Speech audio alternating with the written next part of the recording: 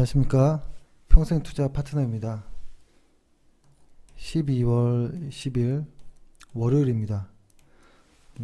오늘 방송할 내용은 일단은 뉴욕 증시에서도 데드크로스가 나왔다라는 부분이 있었죠. 오늘 많은 오전 기사에도 나왔고 저희도 오전 시황에서 말씀드렸던 내용이긴 한데요. 이것에 대한 좀 이야기를 해보고, 그 다음에 삼성전자가 연중 최저치를 찍었습니다. 좀 의미가 있는 부분이라고 생각이 들고요. 요거에 관련한 이야기, 혹시 시간이 괜찮다면 배당에 대한 이야기도 한번 해보겠습니다. 일단은 저희가 오전 시황의 내용이 이런 내용이었습니다. 오전 시황의 내용인데요. 그러니까 금요일 날이죠. 이제 S&P 500이라든지 뭐 일단 S&P 500 지수라고 보면 일단 데드크로스가 나왔는데요. 그 데드크로스의 어떤 기준을 50일과 200일의 이동평균선으로 일단 본 것입니다. 50일이라고 하면 뭐 약 한 3달 좀 안 되는 이런 기간일 것이고, 200일이라고 하면 1년 정도가 좀 안 되는 이런 정도 기간인데요. 이것이 200일의 어떤 이동평균선을 50일이 데드크로스 했다라는 건데요. 이렇게 중장기 이평선들이 데드크로스가 나오면 이것이 다시 역별에서 정별로 가기 위한 시간이 꽤 걸릴 수 있습니다. 혹은 여기서 만약에 200일을 50일을 이렇게 하회하는데 주가가 만약에 급등을 해버리면 휘어져서 올라갈 수도 있겠지만, 이런 부분도 뭐 고려 안 되는 건 아니겠지만, 일단은 상징적으로 50일과 200일의 어떤 이동평균선이 데드크로스가 됐다라는 것은 시장에서 큰 의미를 좀 부여를 하거든요. 요거에 대한 거 이야기를 잠깐 해보면 이렇게 볼 수 있을 것 같아요. 예를 들어서 일단은 S&P 500을 한번 펴볼게요. S&P 500을 일단 주간 차트로 한번 보겠습니다. 주간 차트에서 데드크로스라고 하면 요 검은색이 이제 40주, 이 빨간색이 10주. 그러니까 이것을 일간 차트로 바꾸면 곱하기 5를 해주니까 50일 곱하기 5는 200일, 뭐 이 정도 되는 거죠. 그래서 요것을 대충 대강 보면 데드크로스가 시작됐다라는 건데요. 이것이 과거에서부터 한번 봐볼게요. S&P 500 과거부터 보면 이렇게 좀 긴 차트를 보면 지금 예전에 10년 전에 한번 골든크로스가 나오고 살짝 데드크로스가 나왔다가 바로 회복되는 모습이 한번 나왔고요. 그 다음에 다시 여기서 데드크로스가 나오고 골든크로스가 나오고 쭉 왔다가 여기 데드크로스, 다시 골든크로스, 이번에 다시 데드크로스거든요. 이게 만약에 데드크로스가 나오면 여기서 골든크로스가 나오는 때까지의 기간이 과거에도 보면 한 6개월 이상 걸렸습니다. 6개월 이상. 근데 이것이 이번에도 데드크로스가 나오고 다시 시장이 이렇게 돌아 나갈지 아니면 추세적으로 더 빠질지는 알 수는 없는데요. 일단 이 시장의 초입이라는 거니까요. 데드크로스의 시장 초입, 이 초입이라는 거기 때문에 의미를 둬야 될 필요가 있습니다. 매우 조심해야 될 구간이라는 생각이 들고요. 조금 더 과거로 또 한번 볼까요? 좀 더 과거로 보면 이렇게 나오기도 하죠. 데드크로스가 발생하고 나서 한 2, 3년을 하락하는 구간이 있었습니다. 이렇게 이때는 아주 심했을 때였고, 그렇죠. 그러고 나서 아주 거의 우상향 하듯이 이렇게 올라가긴 했는데요. 그러니까 지금이 이 데드크로스가 과거처럼 잠깐 한 1년 정도, 6개월에서 1년 정도 고생하고 올라올 수 있는 이런 단계인지, 아니면 예전처럼 적어도 1년 혹은 2년, 3년짜리의 어떤 약세 시장인지는 알 수는 없어요. 이 초입에서는. 그러면 우리가 할 수 있는 건 일단 이 초입에서는 일단 피해 나오는 것이 상책인 것 같아요. 지금 시장에서는 많은 사람들이 뭐 바닥에 있는 종목이 뭐 저평가되어 있는 종목들을 많이 추천들을 하는데요. 반등한다라고 생각하면 반등하고서 사시길 바라겠고, 반등할지 약세가 길어질지는 모르겠다라고 하면 일단 피하는 것이 좋다라고 봅니다. 근데 일단 여기서 하나 짚고 넘어갈 것은 50일과 200일 이평선이 어떤 의미를 지니느냐인데요. 이것이 보는 시각에 따라 다를 수 있어요. 의미가 없을 수도 있습니다. 제가 자주 말씀드린 것 중에 50일 이평선이든 뭐 53일 이동평균선이든 200일이든 뭐 217일 이평선이든 중요한 건 이 중장기 이동평균선이 역배열이 됐다라는 겁니다. 이 말은 이 우상향이 끝나고 진짜로 본격적인 우하향이 올 가능성이 높다라는 그 의미가 들어있다라고 보시면 좋을 것 같아요. 근데 다만 이렇게 데드크로스가 딱 발생하고 났을 때 주구장창 하락할 수도 있지만 하락과 상승이 반복되면서도 빠질 수도 있고요. 금세 속임수 쓰고 올라갈 수도 있는데요. 1번, 2번, 3번 이렇게 본다면 그래도 안 좋은 느낌이 더 많죠. 그리고 혹시 모르기 때문이라는 거가 있는 거니까요. 만약에 1번으로 시장이 발전된다 하더라도 다시 들어가는 한이 있더라도 내가 산 가격보다 높게 주고 다시 사는 한이 있더라도 혹시 모를 2번, 3번의 리스크는 안고 갈 필요는 없다라는 생각을 합니다. 그래서 지금 시장에서는 누군가가 이렇게 역배열되어 있는 구간에서 싸다라고 이야기하는 것이 그것을 좀 가려들을 필요가 있습니다. 지금 실적과 무관하게 움직이는 종목이니까요. 시장들이 실적으로 시장을 이야기하기는 좀 어렵습니다. 일부 종목이 분명히 실적이 좋은 것들이 있는데요. 지금은 실적과 거의 무관하게 움직이는 시장입니다. 지금은 지수가 더 강하게 움직이고요. 그래서 지수의 방향성이 우하향을 예상한다면 이거는 확실히 경계할 대상이다라는 생각이 들었습니다. 그리고 오늘 삼성전자가 이걸 하나 더 설명해 볼게요. 그리고 이런 부분이 나왔죠. 월간 차트에서 보면 지수는 올라갔는데 보조지표는 꺾이는 모습, 하락 다이버전스가 나왔잖아요. 이런 하락 다이버전스는 월간 차트에서 나오는 하락 다이버전스는 매우 조심해야 될 필요가 있고요. 지금 이 MACD 이 영선에 현재 이 정도까지 왔는데요.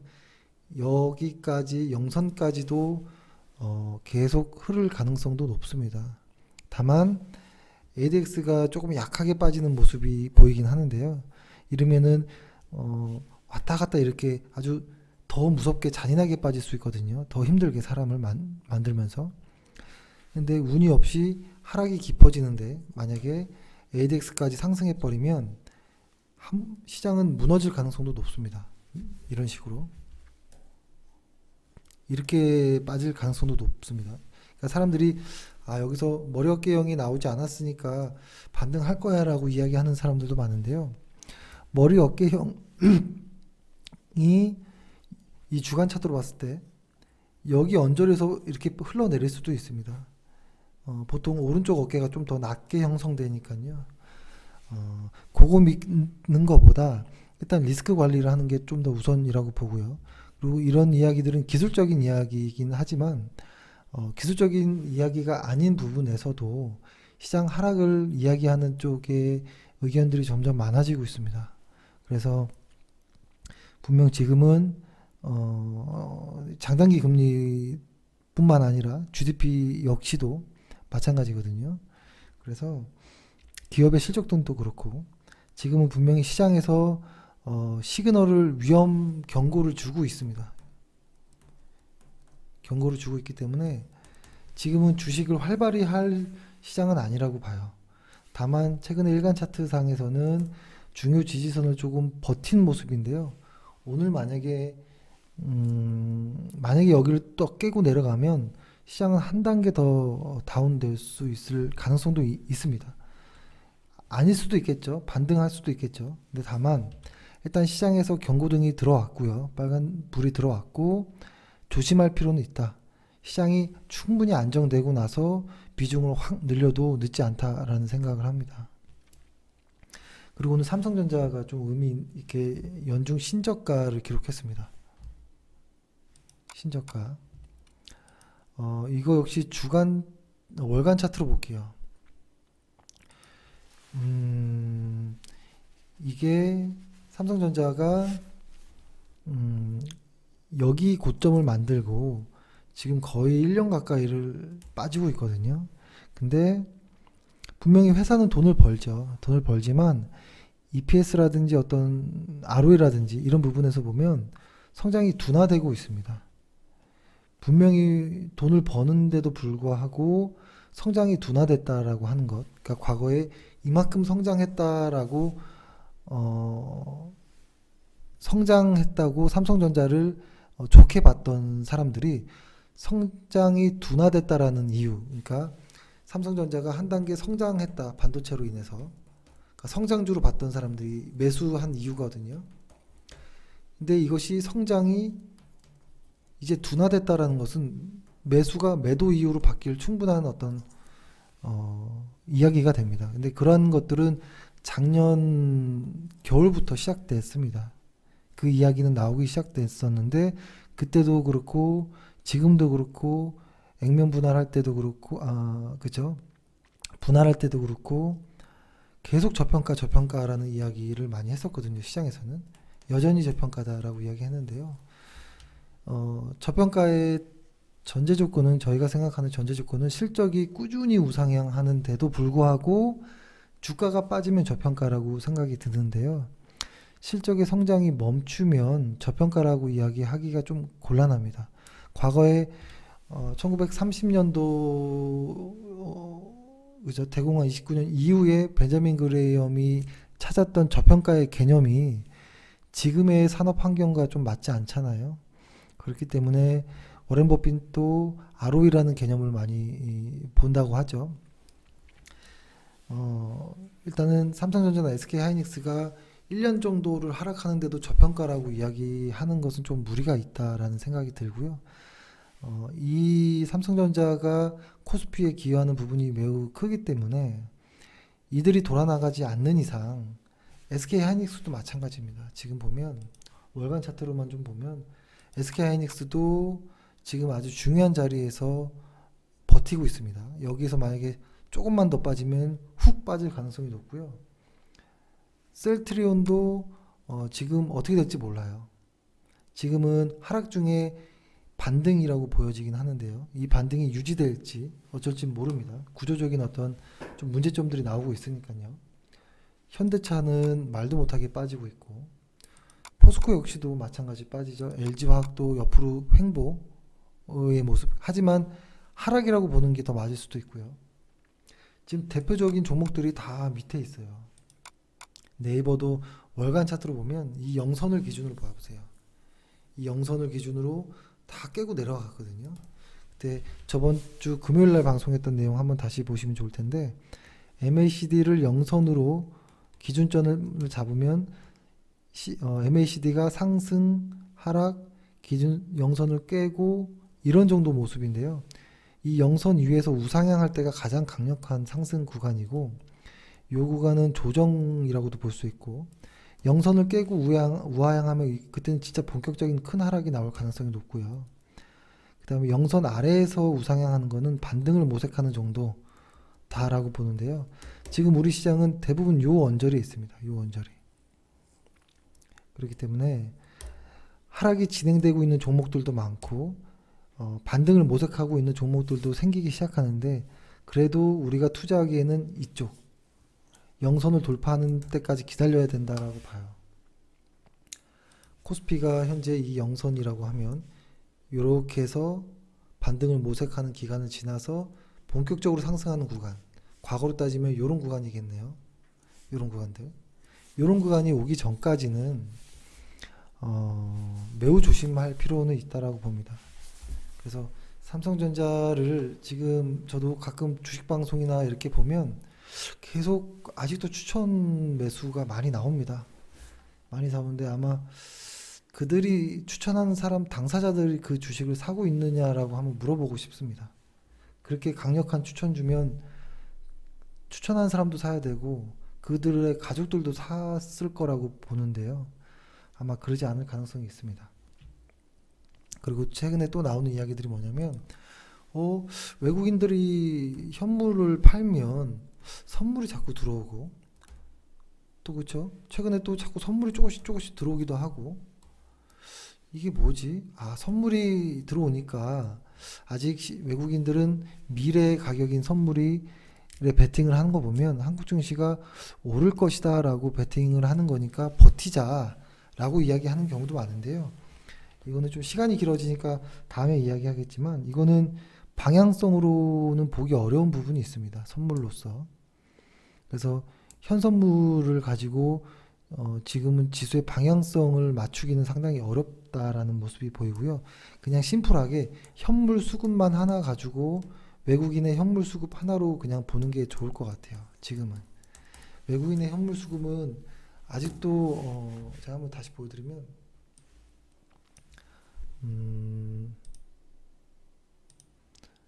기간으로 보면 빨간색입니다. 빨간색이 10월 달에 확 빠지고 나서 그냥 횡보 정도인데요. 이거를 1년 누계로 보면 계속 팔고 있었어요. 1년 동안 계속 꾸준하게. 그래서 지금은 외국인의 선물, 현물 이것으로 동시에 바닥을 이제 확인하려고 하면 더 복잡할 거고요. 그냥 현물 수급으로만 보시고 현물 수급이 아직은 횡보 구간이기 때문에 어쩔 수 없죠. 횡보 구간인 거는 그 환율이 그런 모양이니 외국인들이 본격적으로 들어오기도 어려울 것이고 최근에 나온 리포트들을 보면 위안화 역시도 약세 가능성들을 조금 이야기가 나오는데요. 최근에 위안화 약세면 환율도 약세가 많았거든요. 거의 비슷하니까요. 아마 환율이 우리 시장 환율이 약세일 때 외국인들이 본격적으로 들어오긴 좀 어렵습니다. 그러니까 위안화가 약세라면 환율도 약세일 가능성이 높고요. 외국인들은 매도하고 나갈 가능성이 높습니다. 이게 뒤집혀야 돼요. 위안화도 뒤집히고 환율도 뒤집혀야지 외국인들이 다시 돌아올 가능성이 있거든요. 근데 지금은 수급적인 측면도 그렇고 어떤 실적이라는 부분에서도 그렇고 지수가 우상향으로 강하게 뛰쳐 올라가기는 쉽지 않은 것 같습니다. 그리고 지수 이야기 하나 하기 전에 배당 이야기도 또 많이 질문이 있는데요. 배당주 이야기가 나오기 전에 투자하는 것이 배당주입니다. 배당주 기사들이 나오기 전에 투자하는 것이 배당주인데요. 사실 배당주는 생각을 달리 할 필요가 있어요. 배당을 왜 주는지에 대한 생각. 기업들이 국내 기업들, 배당이 많지 않은 기업들이 우리 한국이 배당이 많지 않잖아요. 다른 선진 시장보다는. 배당을 많이 주지 않는 이야기도 그거에 대한 이야기를 몇 번 이야기를 드린 적도 있지만 일단은 배당을 많이 주지 않는 그 한국 분위기에 배당을 주는 회사들은 잘 생각해 보면 성장이 멈춰 있는 회사들이 많아요. 이렇게 되겠죠. 어떤 회사들이 꾸준히 매출을 올리고 영업이익이 나오고 순이익이 나오는 상황에서 이것을 다시 이익잉여금으로 쌓을지 배당으로 나눌지에 대한 고민을 하는데요. 만약에 배당이 아니라 이익잉여금 혹은 회사에 편입시키고 이걸 다시 재투자함으로써 다시 순이익이 나오는 이 구조, 그러니까 회사가 외부로 그러니까 배당을 하지 않고 주주들에게 더 많은 이익을 줄 수 있는 어떠한 사업 중이라면 그러한 사업 중이라면 회사는 배당보다는 투자를 통해서 더 많은 주주 가치를 올려주는 게 맞다라고 봅니다. 근데 보통 회사들이 안정을 찾게 되면 성숙되어지면 더 이상 투자할 데가 없을 때가 있어요. 현금은 쌓여지고, 그러면 배당을 조금씩 이제 조금씩 주는데요. 그게 오히려 조금 성장이 멈춘 건 아닌가라고 의심해 볼 필요도 있어요.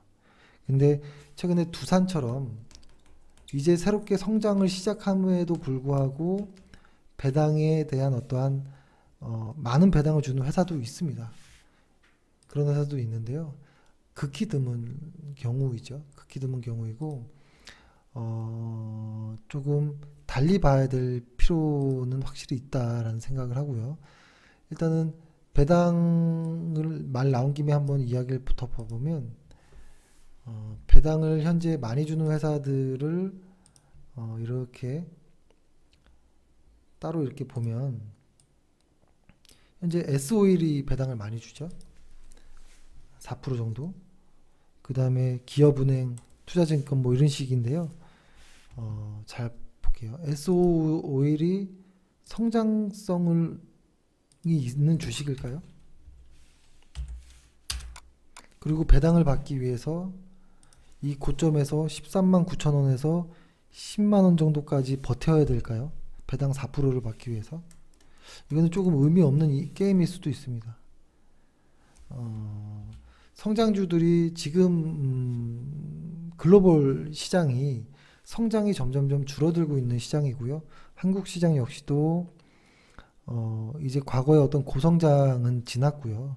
저성장 국면이 이제 새로운 어떤 시대이잖아요. 그렇기 때문에 귀해지는 거예요. 성장이란. 그러니까 시장 대부분이 저성장인 이런 국면에서 일부의 고성장하는 어떠한 종목과 어떤 산업이 이렇게 나오면 이쪽이 귀해집니다. 그래서 이쪽으로 수급이 몰리게 되어 있죠. 시장에서는. 그래서 성장주들이 시장이 성과가 항상 좋았던 부분이 있죠. 근데 배당이라는 것은 성장과 좀 맞지 않거든요. 그렇기 때문에 나는 주식 투자하면서 배당도 받고 싶고 성장주로서 시세 차익도 얻을 거야 라는 것은 조금 맞지 않을 수 있습니다. 그래서 성장주는 성장주대로 매수하는 거고요. 나는 배당을 하고 싶어 라고 하면, 이 배당이라는 것은, 주식 배당은 주식이 흔들리잖아요. 그렇게 되면 원금 손실이 있을 수 있어요. 그래서 나는 배당만 하고 싶어 라고 하는 사람들은 아예 채권형을 하는 게 맞다라고 봐요. 채권형. 지금 BBB 채권 같은 경우에 5년짜리가 한 7에서 8% 정도까지 나오는 걸로 알고 있거든요. 이게 낫죠. 원금 손실 없는 걸로. 그렇죠. 그래서 이 배당주와 성장주를 같이 가져갈 거야 라는 것은 맞지 않아요. S오일을 과거 차트부터 쭉 한번 봐볼까요? 한번. 이건 너무 오래된 것부터 봤는데요. 10년 전에 비하면, 10년 전으로 이렇게 보면, 10년 전에 비하면 사실 10년 전 가격 다시 오지도 않았습니다. 아직. 근데 한 5년 전에 샀다면 수익이 났겠지만, 그러니까 이 배당주로는 어떤 성장성, 그러니까 이런 거죠. 셀트리온 같이 이런 차트가 나오지 않아요. 월간 차트를 보면 이렇게 긴 차트 모양이 나오지 않거든요. 이렇게 꾸준히 우상향하는 이런 거는 아주 강력한 성장성이 담보되어 있을 때 나오는 겁니다. 그래서 성장주와 배당주는 따롭게 달리 보자라는 입장이고요. 만약에 배당을 원하면 채권이 낫다라는 겁니다. 그리고 하나 중요한 것은 오늘 코스피를 조금 확대해서 보면, 확대해서 볼까요? 코스피를 확대해서 보면 저희가 중요하게 생각하고 있던 요 자리를 일단은 좀 깨지 않고 그냥 좀 버티는 모습은 좀 보이긴 합니다. 이게 저희가 중요하게 생각했던 자리가 2045포인트였는데요. 그래서 안심할 단계인가 라고 보면 아닐 수도 있지 않을까라는 좀 의구심이 들어요. 왜냐면 그대로 레버리지를 봐볼게요. 레버리지로 ETF로 코스피 레버리지 ETF를 좀 보면 중요하게 생각하는 이 날짜거든요. 이 날짜의 이 자리를 깼어요. 레버리지 상으로는 깼어요. 뭐. 그렇기 때문에 만약에 이제부터 한 이번 주겠네요. 3에서 한 5 영업일 요 사이 이번 주 동안에 이 깬 부분이 회복이 안 되면 코스피는 한 단계 더 추가 하락도 열어둬야 되지 않을까라는 생각을 합니다. 지금 ETF 레버리지도 깼고 코덱스 200도 현재 깬 모습이에요. 근데 이제 요거는 시가총액 상위주들이 있으니까 코스피 지수는 전 종목이 이렇게 포함되어 있기 때문에 그런 것인데, 일단은 시가총액 상위주들이 중요한 지지 라인을 이탈했다라는 것은 심각하게 받아들여야 하고요. 그리고 코스피 지수에서 저희가 좀 많이 반복적으로 이야기를 했던 것 같은데요. 분산의 횟수가 너무 많아요. 지금 여기도 3차례, 그리고 여기는 하나, 둘, 셋, 4차례. 총 7차례 분산이면 시장은 하락 전환할 가능성이 매우 높습니다. 이미 시작된 거일 수 있습니다. 코스닥 역시, 코스닥도 보면 코스닥도 4차례, 여기에 4차례, 총 8차례의 분산이 나올 정도면 벌써 여기서부터 이게 시작된 거죠, 급락은. 그리고 인버스 쪽에도 외국인들이 코스닥 인버스를 이렇게 매수하는 것 보면 일단은 이 전저점까지 한번 가려고 하는 것인가 라는 조금 걱정도 듭니다. 코스피도 한번 보면 코스피도 이쪽이 전저점이잖아요. 중요 구간이 이 구간인데 여기를 깨고 이 전저점까지도 한번 흐를 수 있을 그러한 충분한 환경은 이미 주어졌다라는 생각이에요. 분산이 이렇게 많다라는 것은. 만약에 시장이 오르면 이거는 일단 다행이라고 생각하는 것이고, 그리고 정말 운이 좋았다라고 받아들여야지, 내가 실력이 좋았어 라고 보지 마시고요. 이제는 정말 리스크 관리를 꼭 하셔야 될 때라고 봅니다. 네, 일단 이렇게 말씀드리고, 아까 말씀드렸던 것처럼 시장에서의 데드크로스는 반드시 신경 써야 되는 부분입니다. 저희가 주간 차트로 보면 우리 코스피는 벌써 데드크로스가 한참 전에 나왔죠. 이제 미국 증시는 이제 나오기 시작한 거예요. 조심해야 될 구간이 충분히 왔다라는 생각이 들고, 일부에서는 한국 시장이 먼저 선반영한 거 아니냐라고 하는데요. 미국 시장이 만약에 하락으로 진입하면 한국 시장이 상승한다라는 건 있을 수 없는 일이라고 봅니다. 같이 빠질 거라고 생각합니다. 그래서 일단 지금은 뭐가 됐든 하락의 가능성이 많기 때문에 리스크 관리가 우선이다.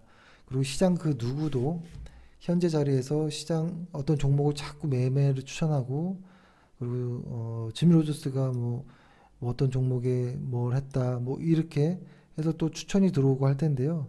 일단 무시하시고 지수가 안정되기까지를 좀 기다려 보는 게 지금은 조금 낫지 않을까라는 생각을 합니다. 네, 일단 오늘 월요일 치고 좀 좋지 않은 장인데요. 그래도 일단 냉정하게 해봐야 될 것 같습니다. 예, 오늘 고생 많으셨습니다. 감사합니다.